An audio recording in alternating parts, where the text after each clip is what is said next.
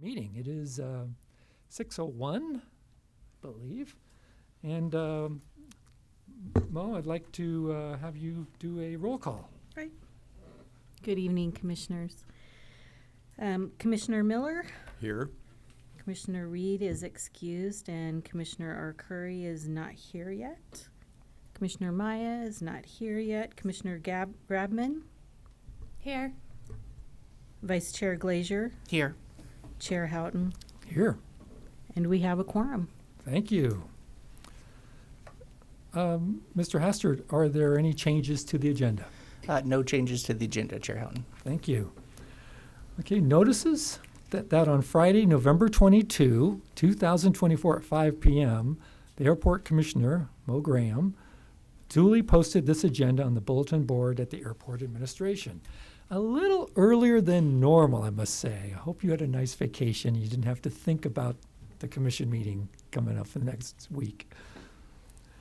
Okay, and then moving to public comment, we have several guests in the room tonight, and we have a very scant agenda. So if there are topics of interest to you that you may have, now is the time to fill out a speaker form if the item is not on the agenda.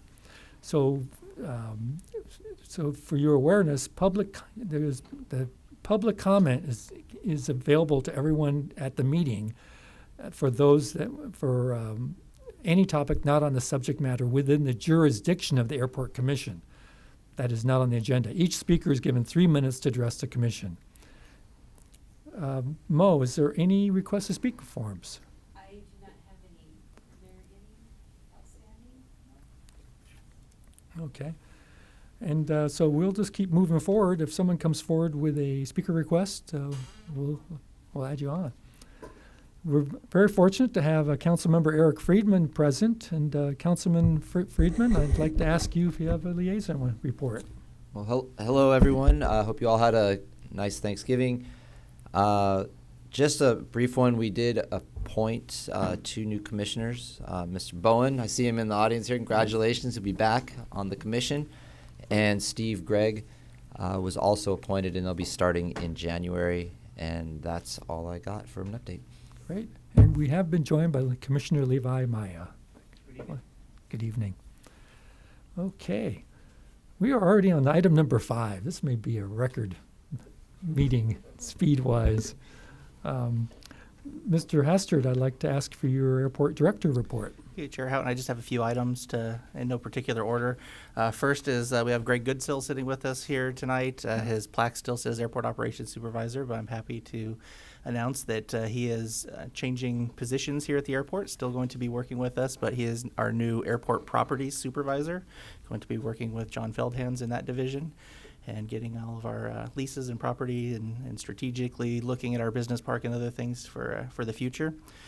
With that, brings some bad news. He is currently on our noise working group as one of our staff members helping with that process.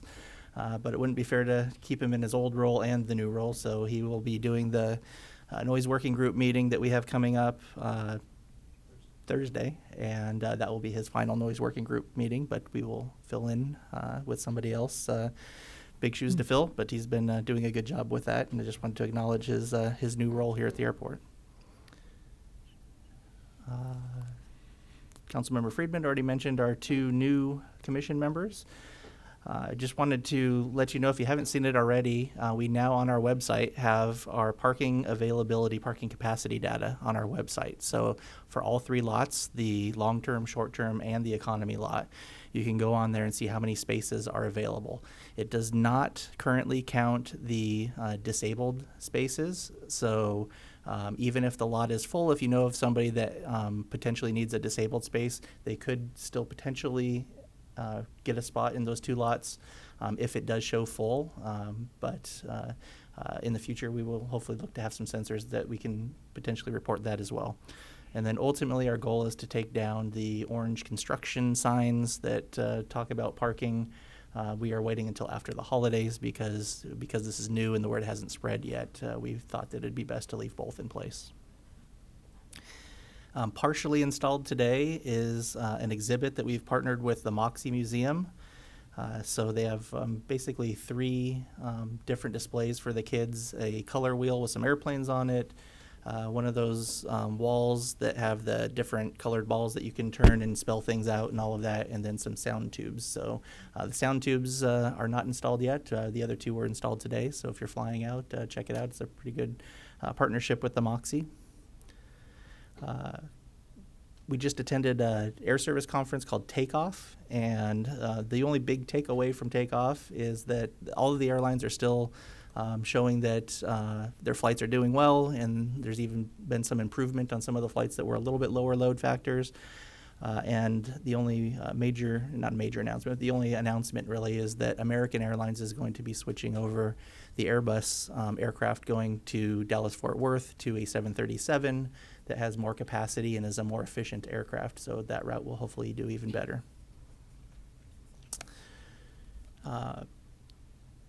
I guess another thing that came out of it just after that meeting is that Southwest did announce that they are bringing back Denver service for the summer schedule. So I don't have the exact start date on that handy right now.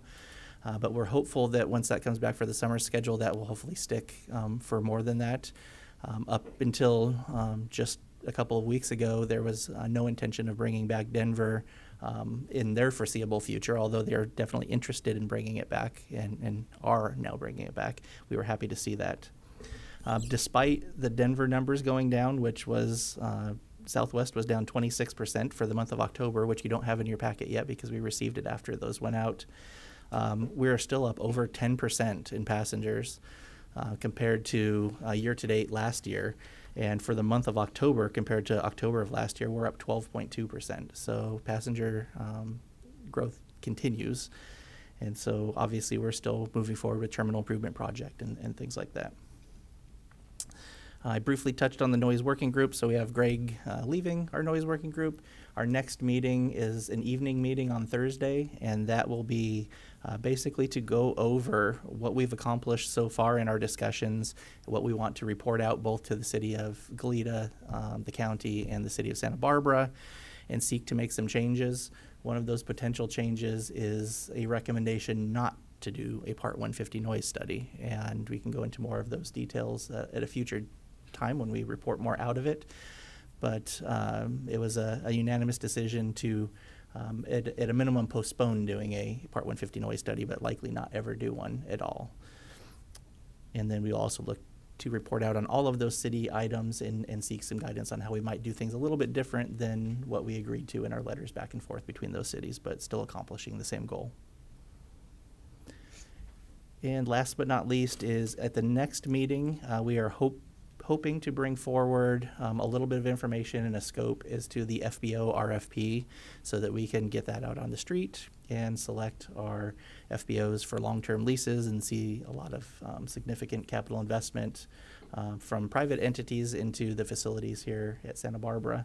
And I very much look forward to that. It's going to be a very long process for going through not just the selection process, but also reviewing plans and having facilities constructed, but long overdue, and I really look forward to that.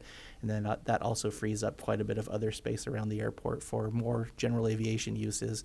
Currently where Atlantic is over on the west side, once both FBOs are over here on the east side, that frees up a lot of space for some additional uses. And that's all I have for tonight's report. Thank you very much, Mr. Hastert. Commissioners, any questions or seek clarification? Vice Chair Glazer? Just real quickly, looking at the drop-off that we see year over year in Southwest, how much would you attribute that Denver flight to that or other factors? I would attribute almost entirely that whole drop-off to the Denver flight. Okay. Thank you. Commissioner Maya? One suggestion about the orange construction signs. I know I've been one who's, well, I won't be sad to see them go, and I've mentioned it in prior meetings before. Any chance of putting something on them about directing people to the website so that, you know, it has capacity information for the time being, but may also say capacity information also available at flysba.com? Very good idea. Yeah. I will pass that along to the team. I think that's a good way to transition them out potentially. Yeah.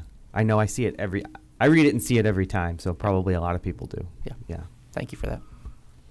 Commissioner Miller? Well, adding on that, is it possible to get a permanent sign that would display that information? So I don't want to commit to that yet, but in my discussions with other people, I definitely know that not all of the traveling passengers are going to be going to our website ahead of their flights. So I do think that something in addition would be good. I will say some of the improvements that our team, John and his team, are looking at right now is getting our signage in the actual parking lots back online that also show the amount of available spaces at the parking lot. So at a minimum, when you pull up to the parking lot, you'll see how many spaces are available or not, and maybe not waste too much time there. But I think the more information we can provide to the traveling public, especially as those lots are full, the better. So we will look into potential options. I will say that in the fairly short term, when we bring in the Southfield Phase 2 project and add a few more hundred parking spaces near the terminal, I think that need will diminish some, just because there will at least be some parking available in long term, hopefully no matter what. Okay. Commissioners, any additional questions? All right. Mo, do we have any speaker request slips? Okay, we're going to move beyond the director's report to the consent calendar. I'm certain that the commissioners have reviewed the minutes, the license agreement on the multiple T-hanger licenses, and the reset and cancellation of certain commission meetings in 2025. Commissioners, do you have any questions or clarifications on the consent calendar items? You're going to guarantee the shortest meeting on record. All right. Mo, do we have any public comment cards on the consent calendar? Okay. I would make a motion then that we approve the consent calendar as presented. Very good. Do I have a second? I'll second. All right. Let's call for a vote. All in favor? Aye. Aye. Aye. It is unanimous, Mo. And this is a record. It is 6:16, and the meeting is adjourned. Boy. Whew. I wish all